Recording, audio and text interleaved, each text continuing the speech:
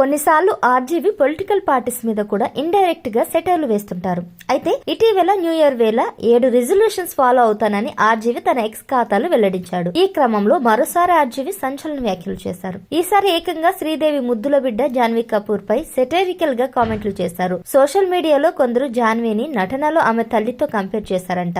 దీనిపై జాన్వీ కపూర్ మాత్రం ఫుల్ ఖుషి అయి నెటిజన్స్ కు థ్యాంక్స్ చెప్పిందట. ఇక దీనిపై ఆర్జీవి రంగంలోకి దిగారు. శ్రీదేవితో జాన్వీని కంపేర్ చేయలేమని అన్నారు.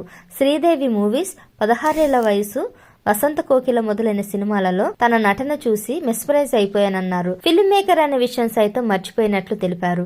శ్రీదేవి నటన అలాంటిదని, అదేవిధంగా జాన్వీని చూస్తే ఆమెతో సినిమా తీయాలని ఫీలింగ్స్ కలగడం లేదని, ఆమెతో సినిమా తీసేది లేదని కూడా ఆర్జీవి అన్నట్లు తెలుస్తుంది.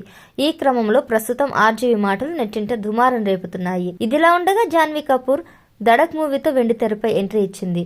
ఇదే విధంగా తెలుగులో దేవర మూవీతో జూనియర్ ఎన్టీఆర్ సరసన అదరగొట్టిందన్న విషయం కూడా మనకు తెలిసింది.